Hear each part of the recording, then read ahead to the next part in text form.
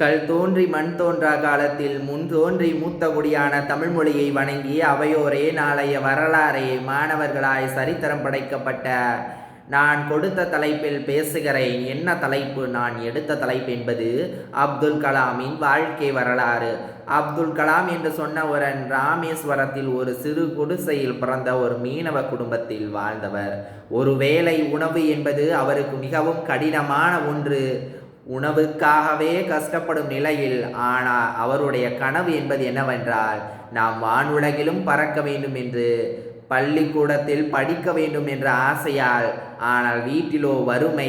வீடு வீடாக செய்தித்தாள்களை போட்டு அதில் வரும் வருமானத்தை வைத்து படித்து உயர்கல்வி மேற்கொண்டு ஆசிரியரிடம் கேட்கிறார், பறவை எப்படி பறக்கிறது என்று கேட்டதுக்கு, பறவை பறப்பதை போன்று வானுலகையும் ஆண்டவர் யார் என்று தெரியுமா? நான் பேசுகிறேனே, ஏபிஜே அப்துல் கலாம். கிளிக்கு ரெக்கை இருக்கும் வரை கிழக்கு வானம் தூரமில்லை, முளைக்க நினைத்தால் பூமி ஒன்றும் பாரமில்லை என்று இந்த கவிதைகளுக்கு ஏற்க, வறுமை நீ எக்குடும்பத்தில் பிறந்தாலும் நீ முயற்சியும் பயிற்சியும் விடாமுயற்சியும் இருந்தால் சாதிக்க முடியும், சரித்திரம் படைக்க முடியும் என்று சொன்னார். அவருடைய வரிகள் ஒன்று ஞாபகம் வருகிறது. கனவு காணுங்கள் கனவு காணுங்கள் என்று சொன்னார்.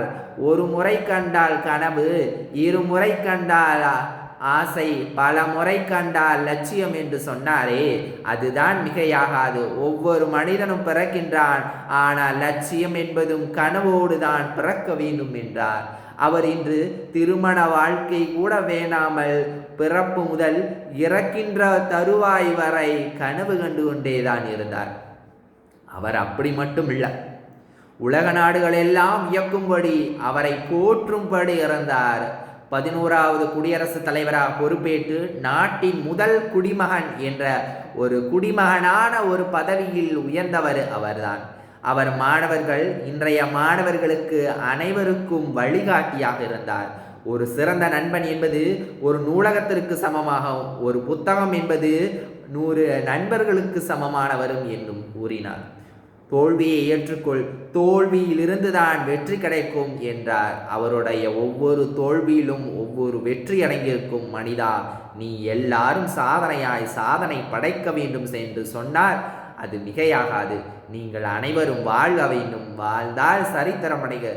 பிறப்பு என்பது ஒரு மனிதனுக்கு எப்படி வேண்டாலும் இறக்கலாம், ஆனால் இறப்பு என்பது ஒரு மனிதன் சரித்திரம் படைக்க வேண்டும். இந்த சரித்திரம் படைத்தவரை ஏபிஜே அப்துல் கலாம்.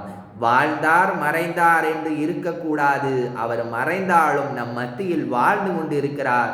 வாழ்க தமிழ், வளர்க தமிழ் என்று வாய்ப்புக்கு நன்றி கூடி விடைபெறுகிறேன். நன்றி, வணக்கம்.